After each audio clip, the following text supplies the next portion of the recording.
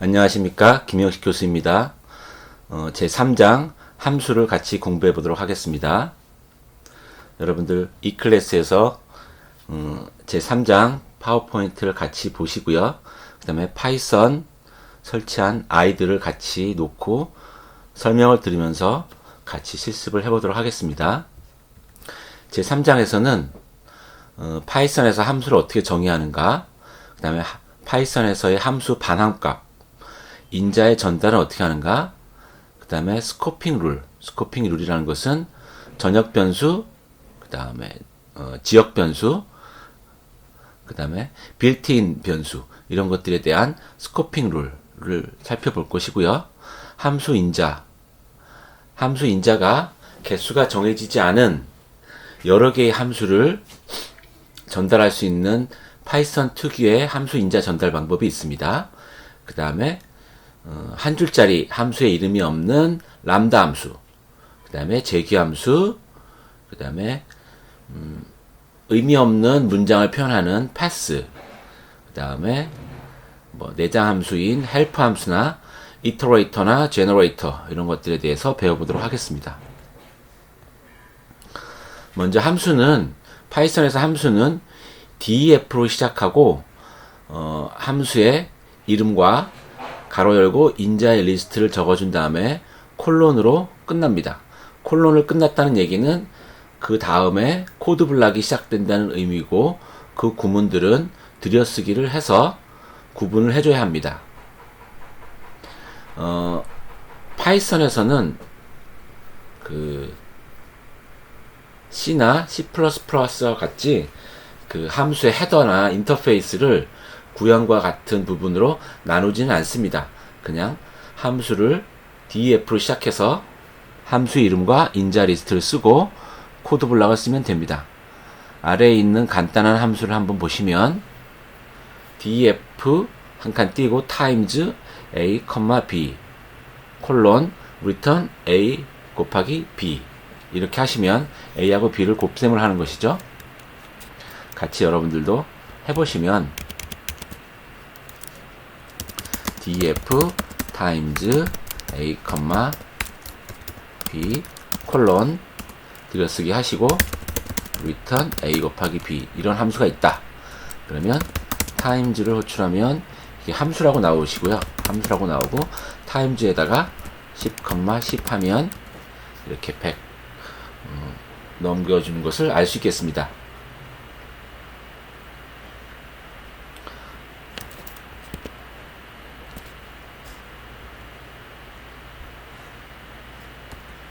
자, 함수에서는 메모리 상에서 함수 객체를 관리할 때 함수를 가리키는 레퍼런스가 생성이 된다고 합니다. 메모리 상에서는 이 함수 객체를 가리키는 레퍼런스, times라는 게 생겼고요. 이 레퍼런스를 통해서 함수를 사용할 수 있는데, 이 함수 객체를 가리키는 레퍼런스를 복사하게 되면 똑같은 역할을 하는 함수 레퍼런스가 또 생기게 되는 것입니다. 그래서 조금 전에 만들었던 times 함수를 예를 들어서 mytimes가 times라는 함수 객체를 mytimes가 복사를 하게 되면, 예를 들어서 mytimes도 똑같이 times가 가리키고 있는 10 곱하기 10, 그러니까 두 개의 인자를 곱해서 반환해주는 함수를 똑같이 가리키게 됩니다. 여기서 globals라는 내장 함수를 호출하게 되면 지금 현재 메모리 상에 있는 레퍼런스는 times와 mytimes, 그 다음에 이 times와 mytimes가 가리키는 함수 객체의 주소가 똑같다는 것을 알 수 있습니다.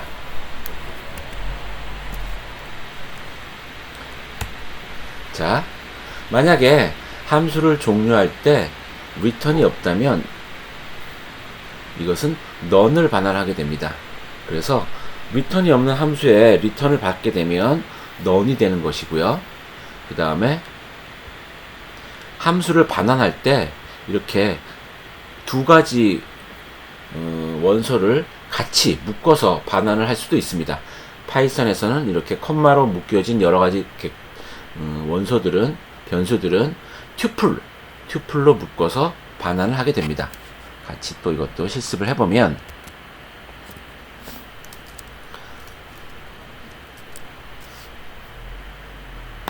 이거를 좀 위로 올리겠습니다.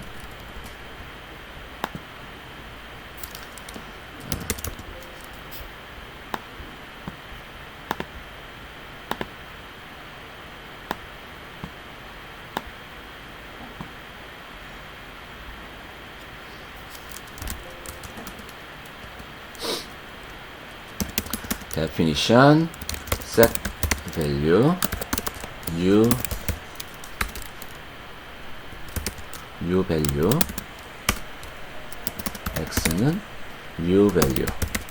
내부에서는 반환하는 게 없고 그냥 이렇게 함수를 만들었다고 치면 return value set value 10 하게 되면 이 new value라는 지역 함수는 그 안에서 사용되고 바깥으로는 반환이 안 되고 있습니다. 그래서 return value를 프린트 해보면 반환 타입이 없는 함수였기 때문에 none이 반환되는 것을 알 수 있습니다. 그 다음에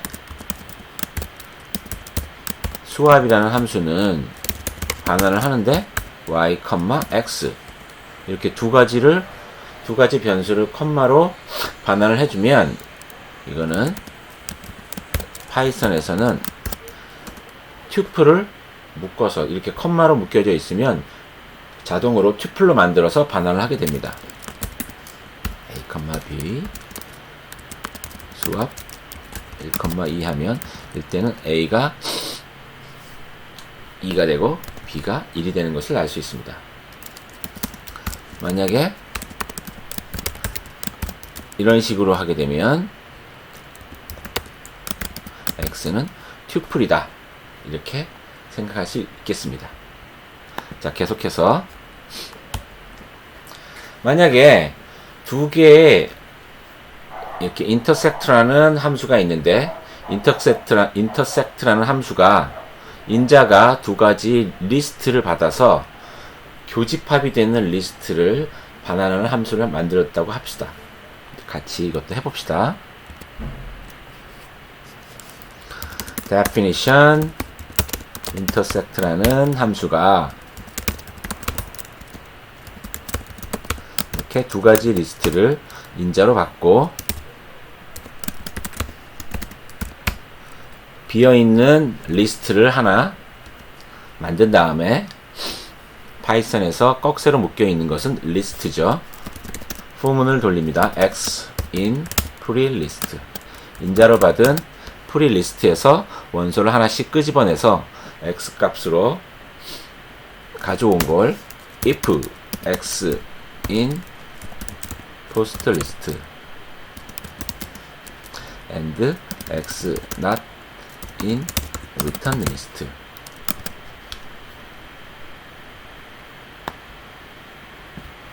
올려보겠습니다. x가 포스트 리스트에는 있고 리턴 리스트에는 없다면 그것은 리턴 리스트에다가 x를 추가해라. 그리고 나서 최종적으로 리턴 리스트를 반환을 해주면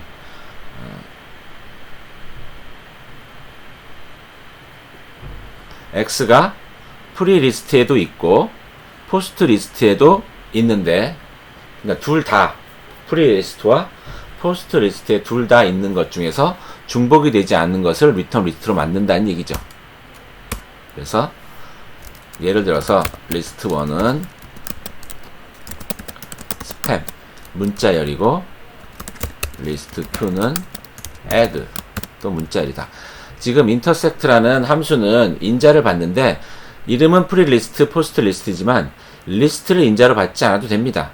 이 파이썬에서는 런타임 시에 타입을 체크하는데 스팸과 egg라는 문자열을 전달했을 때 이 내부에서 문법 에러가 생기지 않으면 정상적으로 동작하기만 하면 됩니다. 지금 스팸이나 egg는 이 포문에서 문자열에 있는 문자를 하나씩 가져와라 하는 문장이 전혀 문제가 없으니까 동작하는데 문제가 없습니다. 즉 포문에서 하나씩 원조를 가져올 수 있는 것들은 리스트, 튜플, 딕셔너리, 셋, 문자열 이런 것들이 다 가능합니다.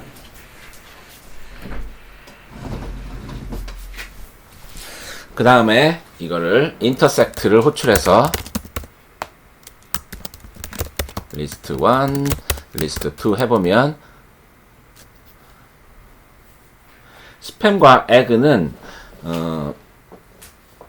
중복이 되는 문자가 없으니까 비어있는 리스트를 반환하게 되는 거고요. 만약에 intersect 리스트 1 하고 그 다음에 H A M 이렇게 세 가지 문자를 갖는 리스트 1은 문자열이고 두 번째 인자는 리스트 이렇게 두 가지 다르게 하도 상관없습니다. 이 포문에서 원소를 하나씩 끄집어낼 때 전혀 문자열에서 끄집어내거나 리스트에서 리스트에서 하나씩 끄집어내거나 상관없으니까 문법에라고 생기지 않습니다. 이렇게 하면 중복되는 문자가 A하고 M이 되겠죠. 이번에는 튜플 B, E, E, F 이렇게 튜플을 만든 다음에 또 intersect 리스트 2와 튜플을 만들어주면 포문에서 문자를 하나씩 포문에서 하나씩 끄집어낼 때 이렇게 문자열도 되고 리스트도 되고 튜플도 된다 라는 것을 알 수 있습니다. 자, 이번에는 파이썬에서 인자를 전달하는 방법에 대해서 살펴보겠습니다. 파이썬에서 인자를 전달하는 방법은 C와 유사합니다. 예를 들어서 이와 같이 A는 equal 10 하면 인티저 변수 A, 전역 변수 A가 생겼는데요. definition is 0, argument 1, return argument 1은 0. 자, 하게 되면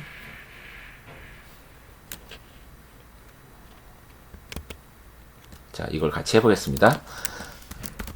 전역 변수 A라는 변수는 10. 파이썬의 특징은 지금부터 변수 선언한다 뭐 이런 식으로 하는 게 아니라 A equal 10 하면 10이라는 인티저를 갖는 변수 A가 그 즉시 생기는 것이죠. A를 해보면 이렇게 인티저 변수가 생긴 것입니다. definition 즉 함수 만듭니다. is 0 arg1 return arg1은 0과 같으냐 여기서 equal이 아니라 0과 같으냐 하고 물어보니까 true, false를 반환해주는 그러한 함수가 되겠습니다. 그러면 is 0 a 하면 A는 0이 아니니까 false를 반환하겠죠.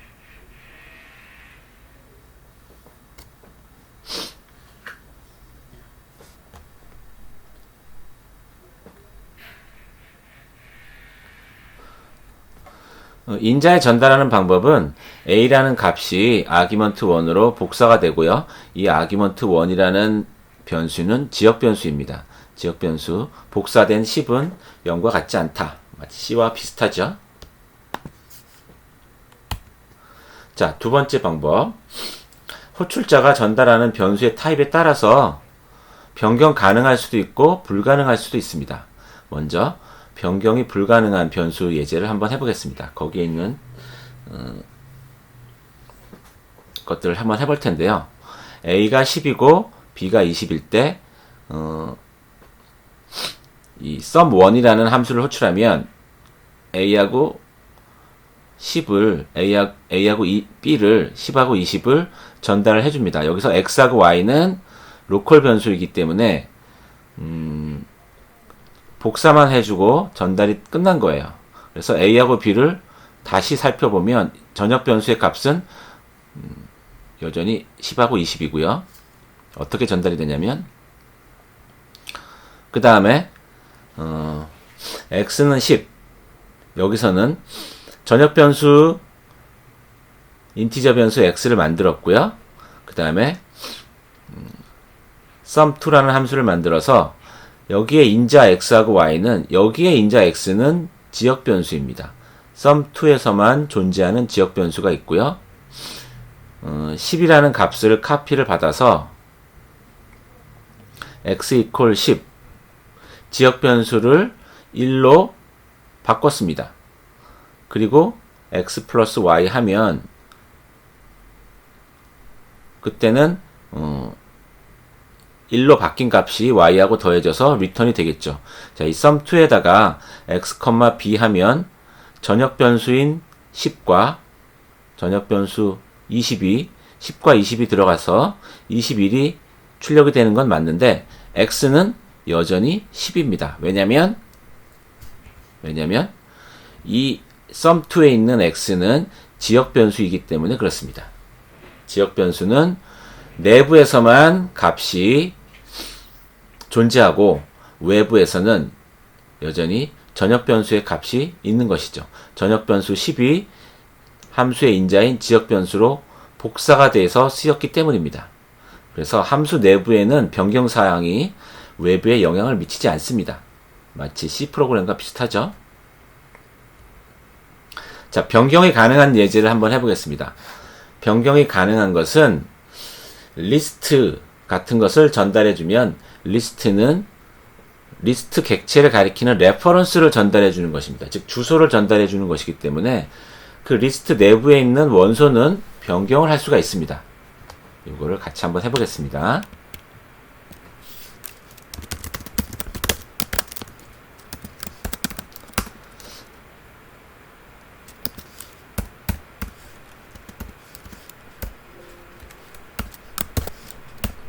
change라는 함수는 x라는 인자를 받아서 x의 제로를 h로 만든다.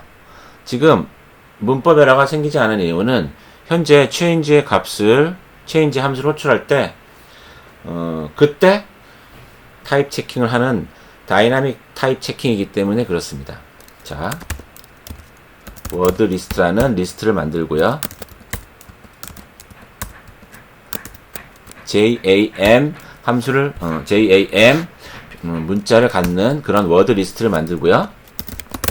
change word 리스트 하게 되면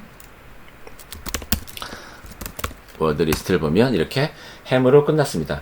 자, 무슨 말이냐면 이 word 리스트라는 리스트를 객체를 가리키는 레퍼런스를 전달해주면 레퍼런스는 주소이니까 이 레퍼런스 주소를 따라가서 리스트 객체에 있는 첫 번째 원소를 바꾸게 된 것입니다. 그래서 함수가 종료된 이후에도 word 리스트를 보면 word 리스트가 가리키는 리스트 객체에는 원소가 바뀐 것을 알 수 있습니다.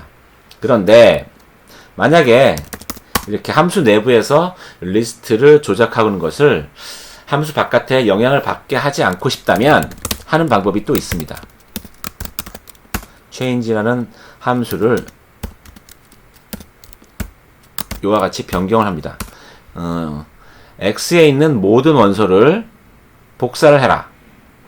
입력받은 인자의 값을 모두 복사하는 새로운 리스트 객체를 만드는 겁니다. 그리고 나서 첫 번째 원소의 값을 바꿔주고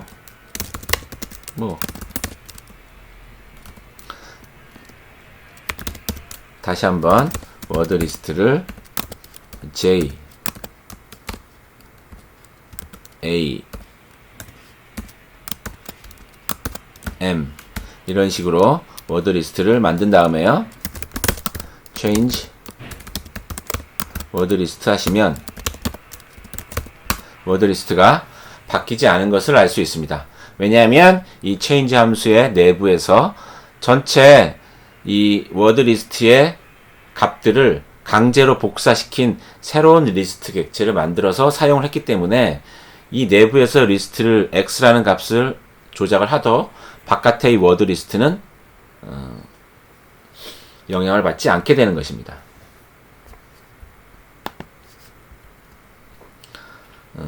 파이썬에서 스코핑 룰이라는 것이 있는데요.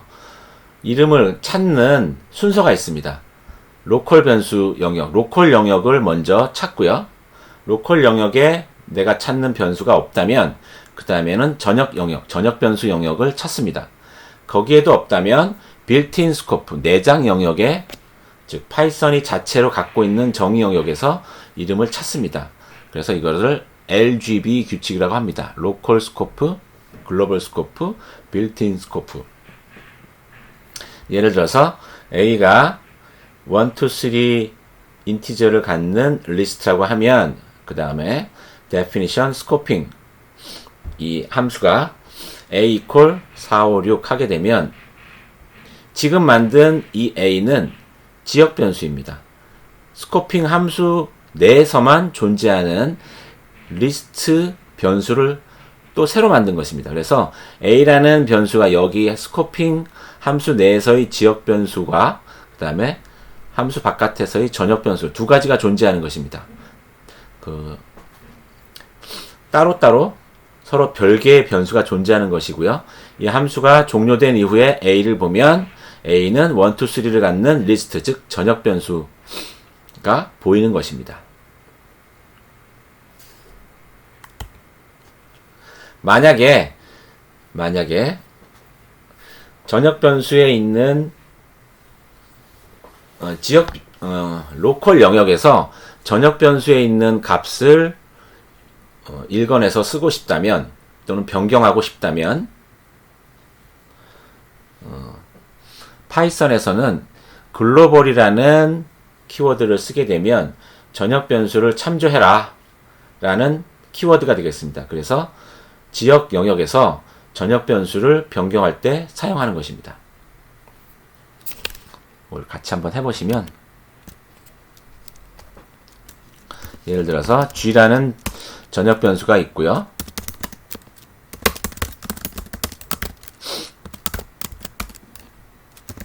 이 G라는 전역 변수를 로컬 영역에서 참조를 하고 싶다면 글로벌 키워드를 쓰시고요.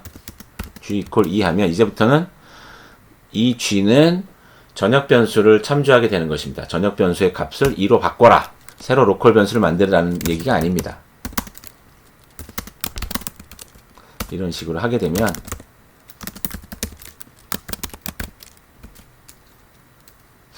테스트 스코프 1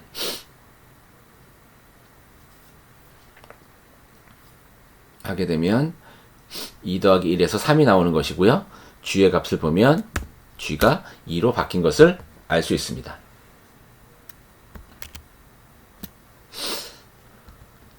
자, 빌트인 영역에 있는 것들을 이름을 쭉 살펴보고 싶다면 dir 언더바 빌트인스 언더바 이렇게 하시면 빌트인 영역에 있는 이름들을 전부 다 살펴볼 수 있습니다. 이것도 같이 한번 해보시면요.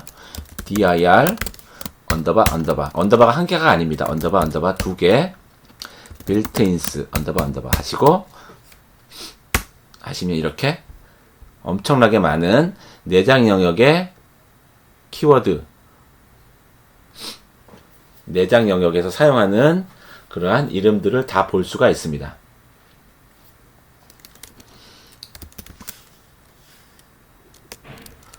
예를 들어서 이 내장 영역에 있는 것들 중에서 예를 들어서 sum이라는 것을 같이 한번 해보겠습니다. x가 1, 2, 3 리스트 할 때 sum x 하면 내장 함수로서 리스트에 있는 모든 인티저들을, 모든 값들을 합을 해주는 그러한 함수가 되겠습니다.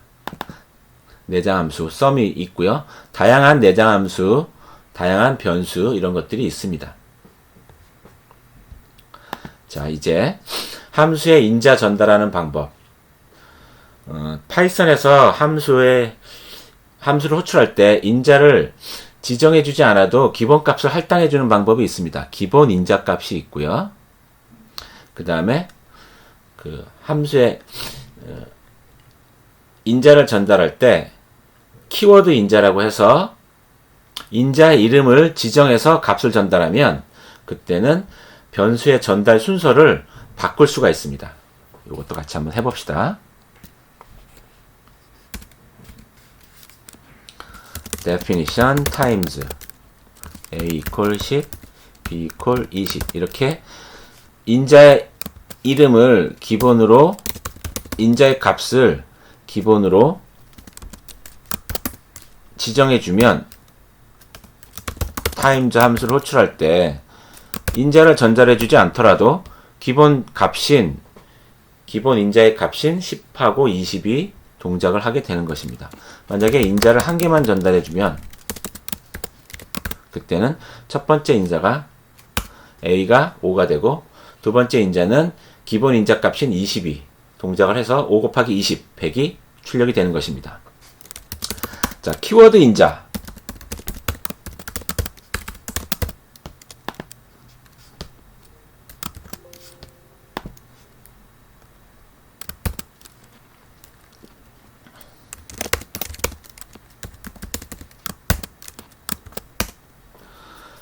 connect URI라는 함수는 서버하고 포트라는 인자를 받아서 스트링을 만드는데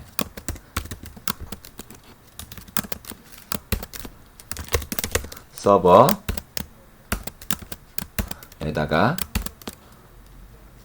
포트 지금 이 서버하고 포트가 더하기 연산자를 했을 때 문자열과 더하기를 했을 때 문제가 없는 그러한 인자를 전달해 줘야 합니다. 즉 문자열 같은 것을 전달해 줘야 된다는 얘기겠죠.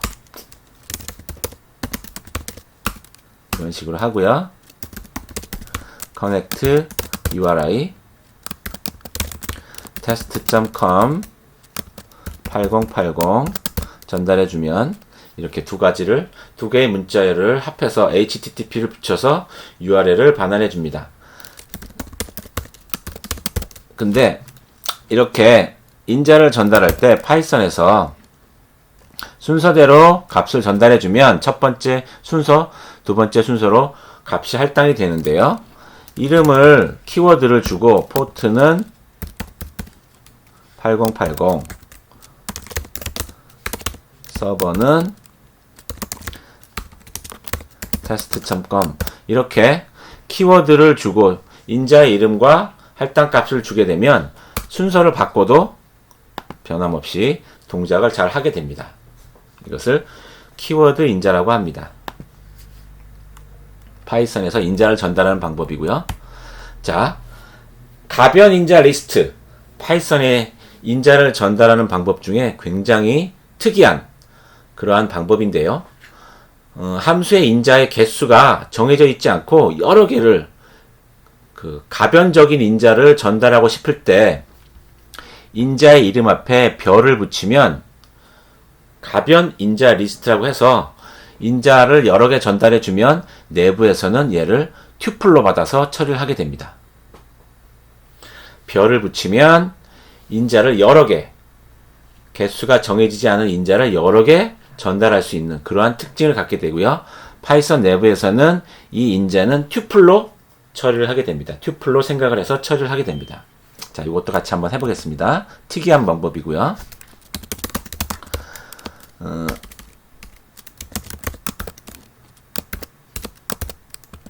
args라는 별을 붙인 인자가 있으면 이제부터 가변 인자 리스트라는 것이고요. 프린트 타입을 한번 호출해 타입을 프린트하는 그러한 함수가 되겠고요. 테스트에다가 인자를 여러 개 넣어도 됩니다. 이렇게 인자를 여러 개 주면 args는 여러 개의 인자를 받아서 튜플로 받아서 처리하는 것이 되겠습니다. 인자의 개수를 여러 개 해도 상관없다. 자, 실제 예를 한번 또 해보겠습니다. union2라는 함수고 인자의 이름 앞에 별이 붙으면 가변 인자 리스트, 가변 인자, 튜플로 받아서 처리하는 것입니다. 인자의 개수가 여러 개 전달할 수 있습니다. 리절트 비어있는 리스트를 하나 만들고요. 인자를 받은 튜플에 원소를 하나씩 끄집어내서 포문을 돌립니다.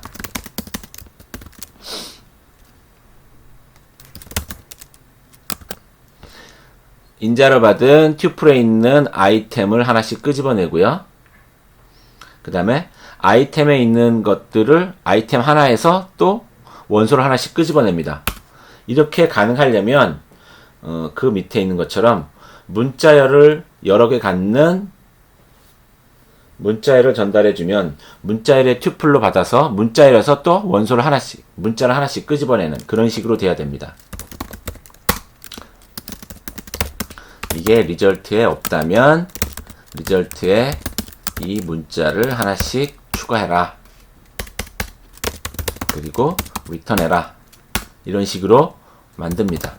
자, 유니온 호출을 할 때 문자열 여러 개, 햄, 에그, 스팸 이렇게 문자열 여러 개를 전달해 주면 내부적으로 어떻게 동작이 되냐면 햄, 에그, 스팸 문자열 여러 개를 튜플로 받아서 AR이라는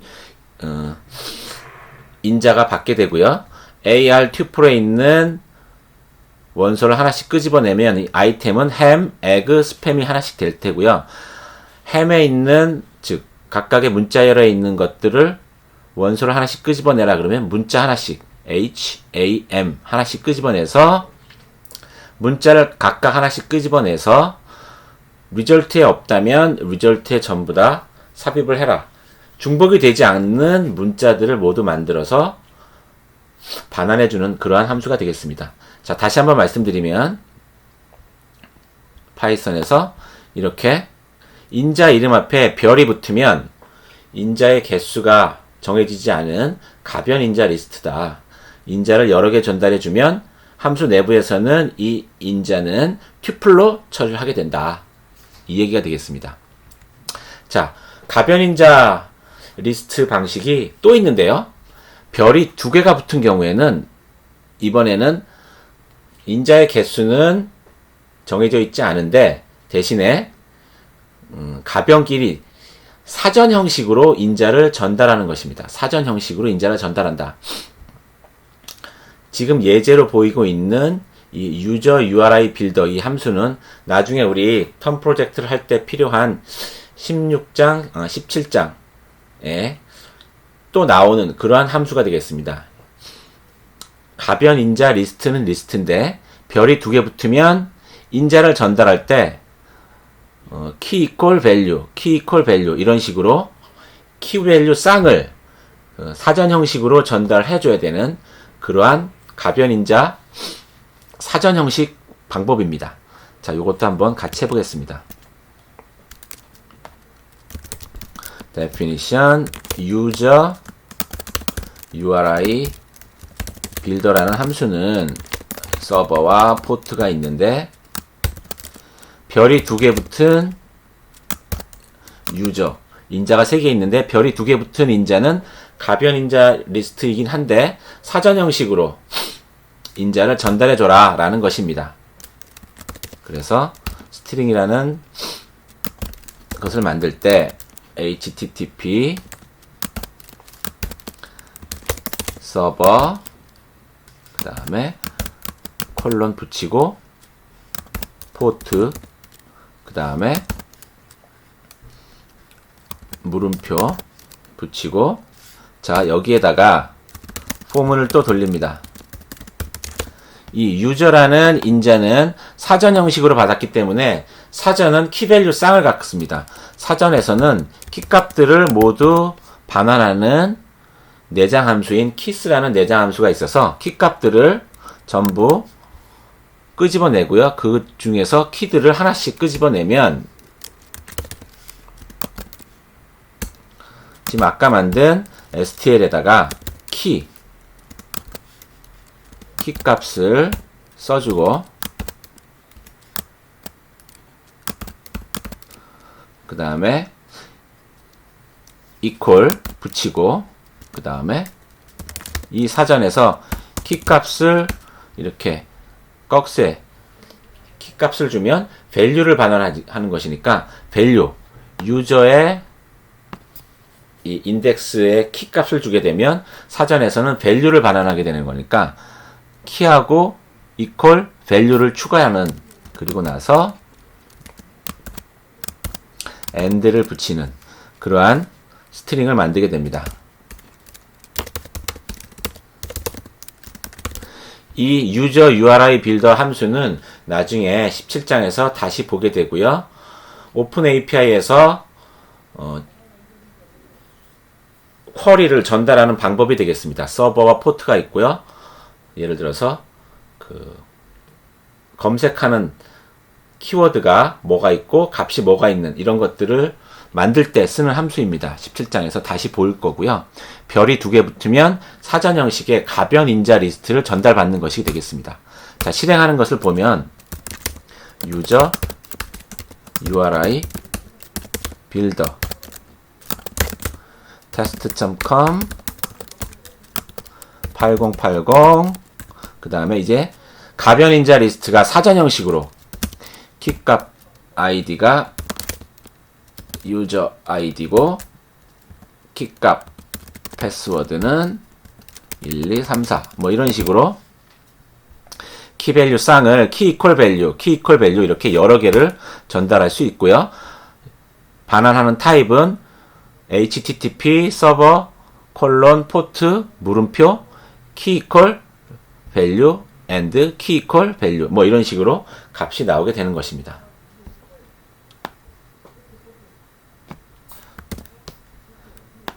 이걸 함수를 호출할 때 인자를 가변이니까 여러 개를 하나 더 추가할 수도 있습니다. 이런 식으로.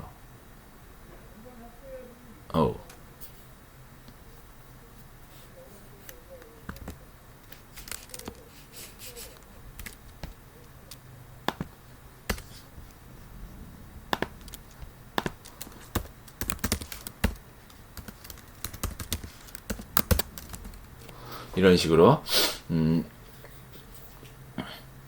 여러 개의 인자를 사전 형식으로 전달할 수 있다. 이 특징을 반드시 기억해 주시기 바랍니다. 인자 이름 앞에 별이 2개 붙으면 가변 인자 리스트인데 사전 형식으로 전달한다.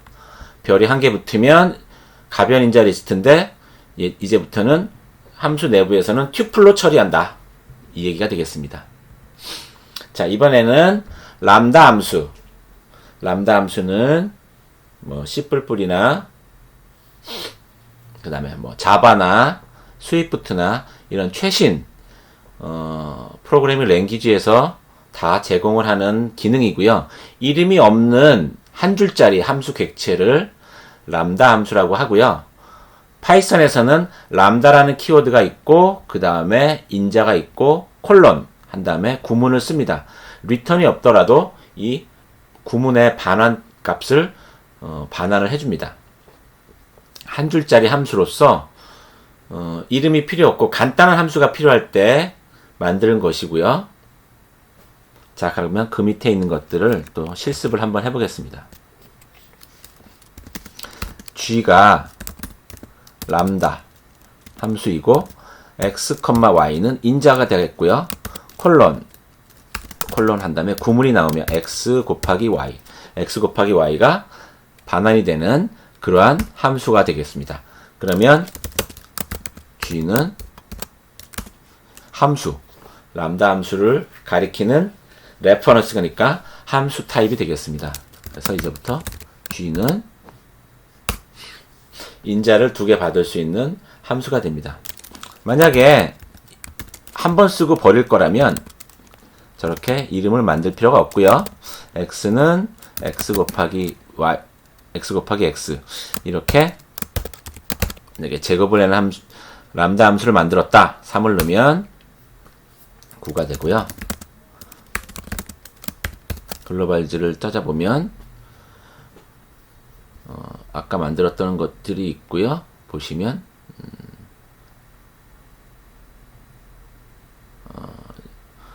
여기에 보면 g 여기 있네. 함수 g 람다 함수 g가 있는 것을 알 수 있습니다. 조금 전에 만들었던 이 제곱을 해주는 람다 함수는 없습니다. 한번 쓰고 사라진 것이죠.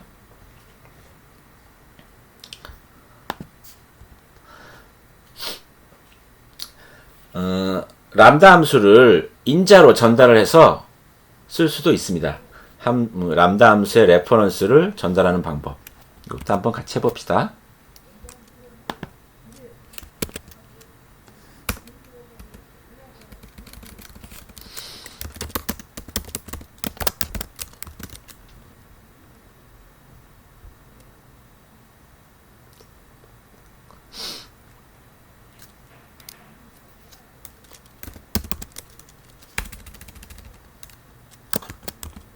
테스트 람다라는 함수는 인자를 받아서 잘못했습니다. 인자를 받아서 그 인자에 1, 2,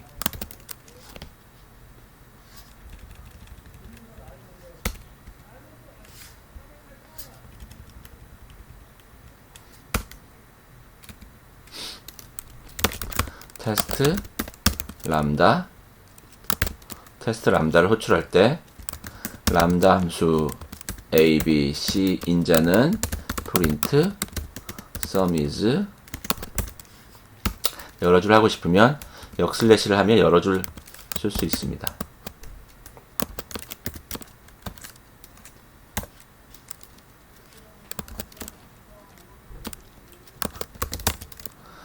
type of a type A, 역슬래시 list object is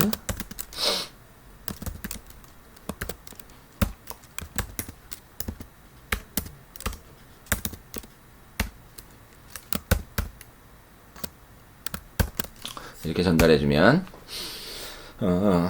이 람다 함수를 인자를 받아서 이 함수를 테스트 람다가 실행을 하게 되는데요. 실행을 해서 보면 람다 함수는 그 콘솔 창에 쓰게 되는데 sum is a plus b plus c 그 다음에 type of class a의 타입은 int 그 다음에 a, b, c를 쥐판 이 내장 함수 쥐은 뒤에 나중에 다시 배울 거고요. 집 오브젝트에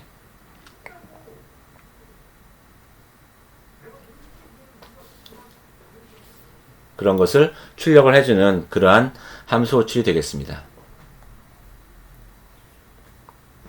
자, 람다 함수 나중에 또 우리가 쓸 기회가 있을 것입니다. 람다 함수는 이름이 없는 한 줄짜리 함수이다. 구문하는 방법은 람다라는 키워드를 쓰고 인자를 쓰고 콜론 그 다음에 구문을 씁니다. 리턴이 없더라도 값을 반환해 줍니다. 자, 이번에는 재규함수 조금만 더 참아주세요. 금방 끝날 거예요.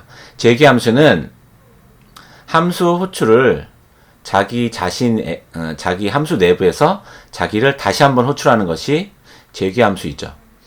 C나 C++, 자바에서도 있는 것이죠. 재규함수. 대표적인 재규함수의 예, 팩토리얼. x 팩토리얼은 x가 1이면 왜 이러지? x가 1이면 return 1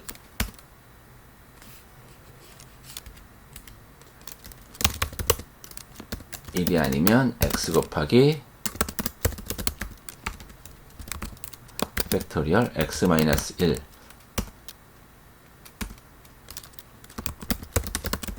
팩토리얼 10 하면 10 팩토리얼이 나오게 됩니다. 그 다음에 대표적인 재규함수의 예, 하노이의 탑. 하노이의 탑은 제가 위키백과에서 찾아놨는데요. 하노이의 탑은 퍼즐의 일종인데요. 세 개의 기둥과 이 기둥에 꽂을 수 있는 크기가 다양한 원판들이 있고요. 퍼즐을 이 원판들은 한 기둥에 작은 것이 위에 있도록 순서대로 이렇게 쌓여 있습니다. 퍼즐을 푸는 것은 한 기둥에 꽂혀 있는 원판들을 그 순서대로 다른 기둥으로 옮겨 쌓는 것인데요. 규칙이 있습니다. 한 번에 하나의 원판만 옮길 수 있고, 큰 원판은 작은 원판 위에 있어서는 안 됩니다. 이 하노이 탑 문제를 푸는 방법이 재기 호출의 유명한 예제인데요. 여기 애니메이션을 보면 4개의 원판을 움직일 때 이런 식으로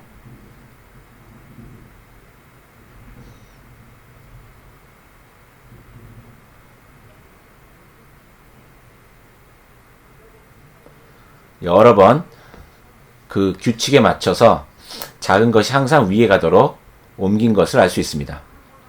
근데 이 특징이 뭐냐면 이 하노이 탑은 이 유래가 있는데요. 인도 베나레스 지방에 있는 사원에 세상의 중심을 나타내는 큰 돔이 있고요. 그 안에 3개의 다이아몬드 바늘이 동판 위에 세워져 있는데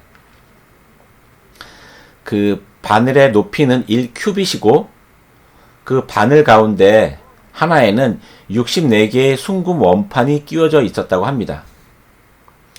그 승려들이 이 모든 원판을 아까 말했던 그 규칙에 따라서 하나씩 작은 원판이 위로 가도록 다른 바늘로 밤낮 없이 옮기면 이 규칙에 따라 원판을 다 다른 바늘로 옮기게 되면 이 일이 끝났을 때는 탑은 무너지고 세상의 종말을 맞이게 하게 된다는 그러한 전설이 있었다고 합니다. 왜 그러냐면 참고로 원판을 한 번 옮기는데 1초가 걸린다고 가정하면 64개의 원판을 옮기는데 대략 5,849억 4,241만 7,355년이 걸린다고 합니다. 어마어마한 시간이 소요된다는 것을 알 수 있습니다. 함부로 이 재기함수를 값을 64개로 하면 세상에 종말이 오는 것이죠. 자, 거기에 하노이 탑을 한번 프로그램을 해볼 텐데요. 하노이 탑을 옮기는 그 재기함수의 호출 방법은 크게 문제를 3가지로 나누는 겁니다. 첫 번째, n개의 원판을 1번에서 3번으로 옮기는 방법은 n-1개를 1번에서 2번으로 옮기고요. 그 다음에 제일 큰 원반을 1번에서 3번으로 옮기고 나머지 n-1개를 2번에서 3번으로 옮긴다. 이렇게 문제를 3가지로 나눠서 처리를 하는 것입니다. 이게 이 하노이 탑을 해결하는 방법인데요. 이제 같이 한번 해보겠습니다. definition 하노이 and disk가 있고요. 스타트 기둥은 1번, end peg, end 기둥은 3번. if 만약에 end disk가 0이 아니라면 하나라도 있다면 하노이 end disks 빼기 1 n-1개는 스타트 패그에서 6 빼기 스타트 패그 빼기 엔드 패그. 왜 이렇게 하냐면요. 기둥의 넘버가 1, 2, 3라면 1, 2, 3 더하기의 합은 6이니까 6에서 1 빼기 3은 2가 되면서 6에서 이렇게 빼주는 겁니다. 그래서 n-1개를 1번에서 2번으로 옮기고 이때 자기 자신을 호출하게 되는 재기함수 호출이 있고요. 그 다음에 제일 큰 원반을 스타트 패그에서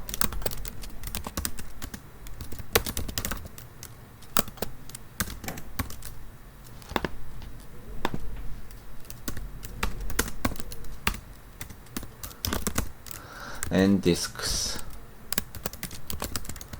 번 원반을 엔드 패그 번 기둥에 옮깁니다. 이렇게 하시고요.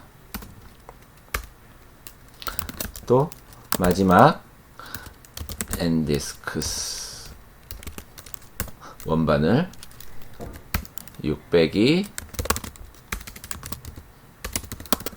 스타트 패기 엔드 패기 2번에서 마지막 엔드 패그 3번으로 옮기게 됩니다.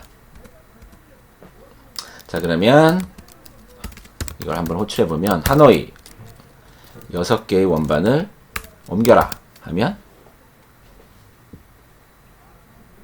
이렇게 동작을 하는 것을 알 수 있습니다. 만약에 10개 옮겨라! 시간이 굉장히 많이 걸립니다. 여기에 하노이 64 하면 이제 세상에 종말이 오게 되는 것입니다.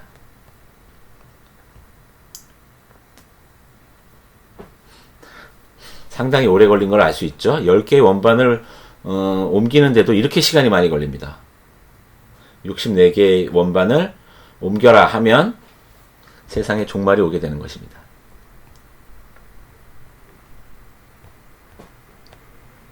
자, 여기까지 하고요. 인터럽트 했습니다. 자, 패스라는 구문은 아무것도 하지 않은 그러한 구문을 쓰고 싶을 때 while true pass 하면 패스라는 키워드는 아무것도 하지 않는다는 뜻입니다. 그 다음에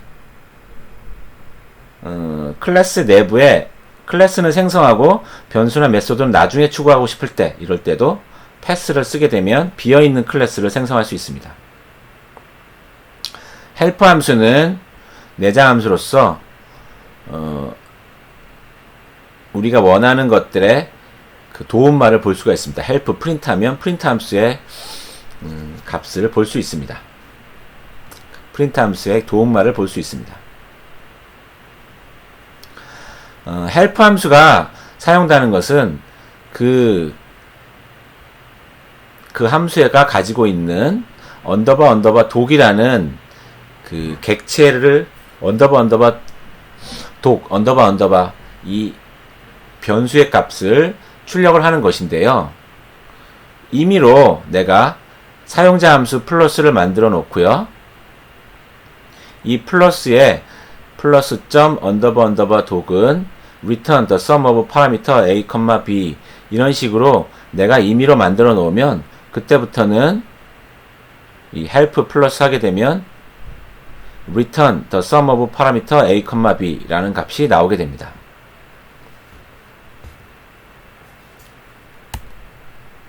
자, 그 다음에 iterator 순회 가능한 객체의 요소를 차례로 접근할 수 있는 내장 함수로서 언더바 next 언더바 이런 그러한 함수가 있습니다.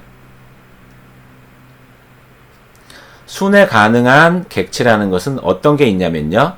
이제 많이 나올 텐데요. 순회 가능한 객체는 리스트, 튜플, 그 다음에 사전, 문자열, 그 다음에 파일 이런 것들도 다 순회 가능한 것들입니다.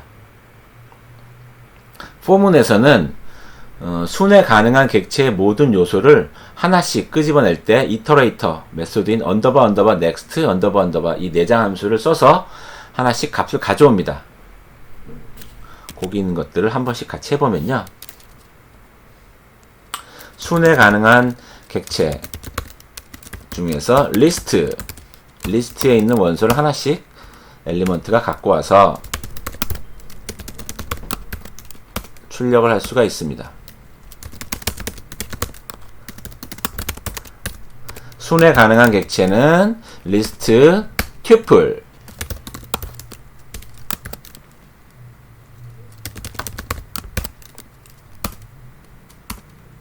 튜플도 되고요. 그 다음에 키밸류 쌍을 갖는 사전,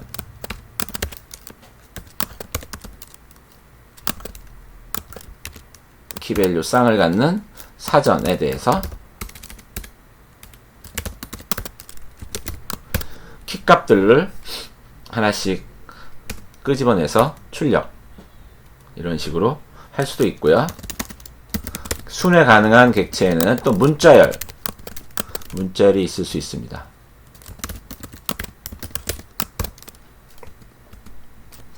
순회 가능한 객체는 또 파일도 있을 수 있습니다. 파일에 있는 내용도 출력을 할 수 있습니다.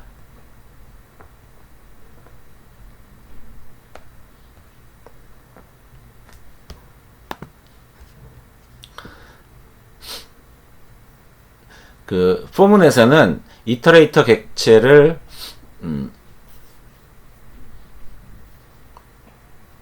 이터레이터를 객체를 만들어내는 언더바 넥스트 언더바 이 함수가 있을 수 있고요. 그 다음에 언더바가 없는 그냥 넥스트 함수가 있을 수 있습니다.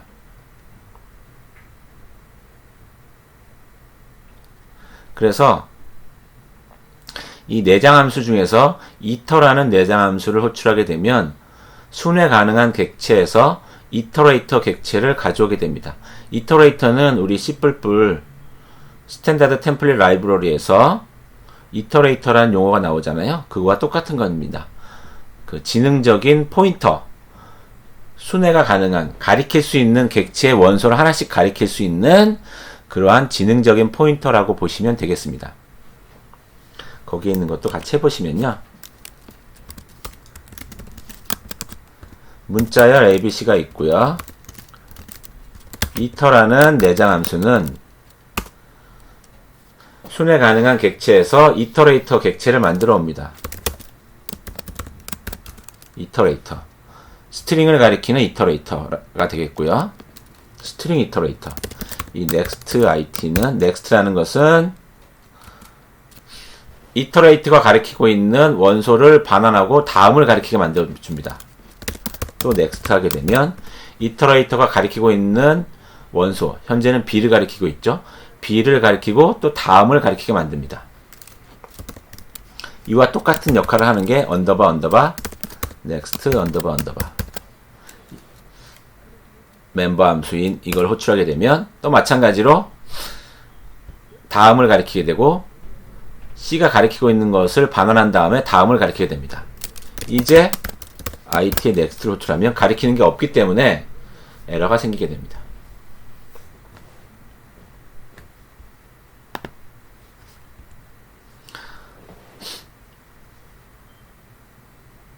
generator라는 것은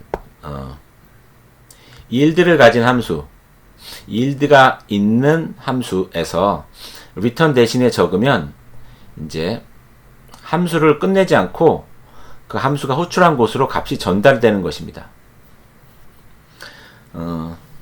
함수 포문에서 range라는 것을 쓰면요. range는 내장 함수인데 수열을 만들어내는 것이고요. 인자가 3개 있을 수 있고 2개 있을 수 있고 하나 있을 수 있습니다. 인자가 3개 있으면 시작과 종료에 해당하는 숫자가 있고요.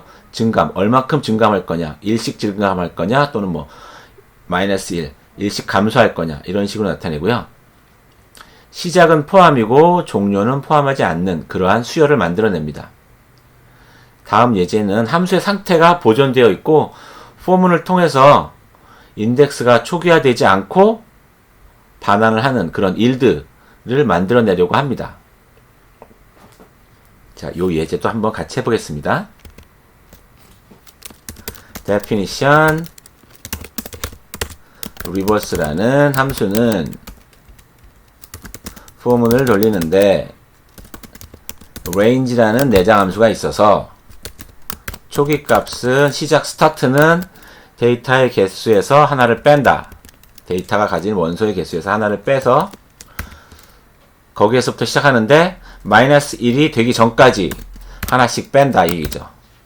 스타트 엔드 그 다음에 스타트 엔드 얼마큼 할 것인지 일씩 뺄 거냐 일씩 증가할 거냐 이런 식으로 여기에 yield 데이터에 인덱스를 넣으면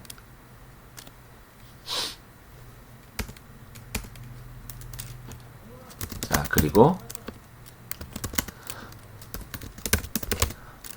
포문을 돌리는데 리버스 함수에다가 골프라는 문자열을 줍니다. 골프라는 문자열은 개수가 4니까 4 빼기 1은 3 인덱스가 그래서 여기에서는 3210이 되겠죠. 프린트 캐릭터를 하게 됩니다.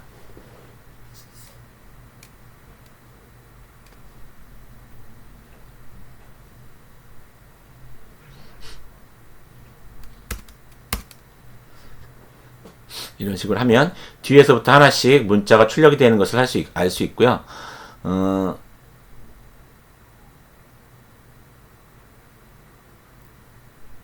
yield라는 것은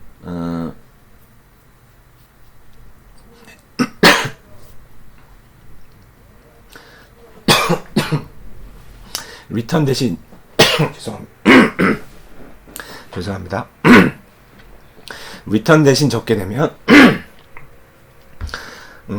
함수를 끝내지 않고 호출한 곳으로 값을 전달하는데 인덱스가 여기에 인덱스의 값이 계속 유지가 되는 것입니다. 그래서 이 포문에서 리버스에서 하나씩 프린트를 하게 하면 포문에서 이제 인덱스가 계속 3, 2, 1, 0으로 유지가 되면서 출력이 되는 것을 알 수 있습니다.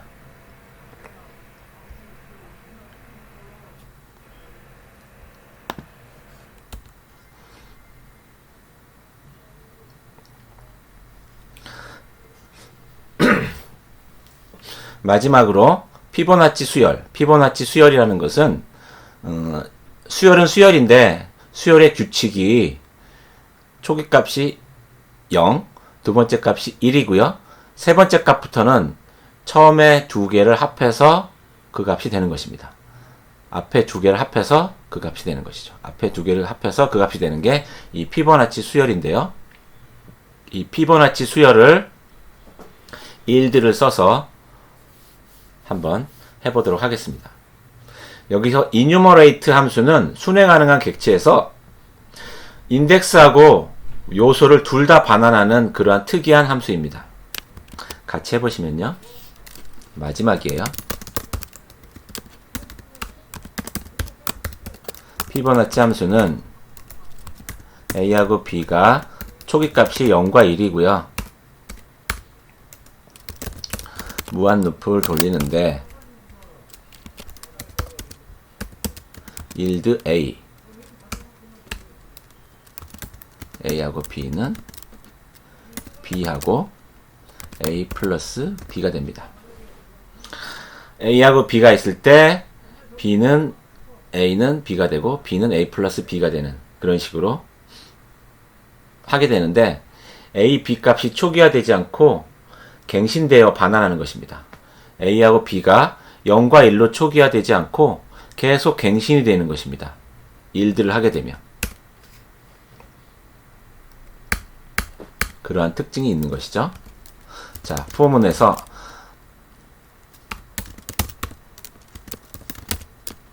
enumerate라는 함수를 호출하게 되면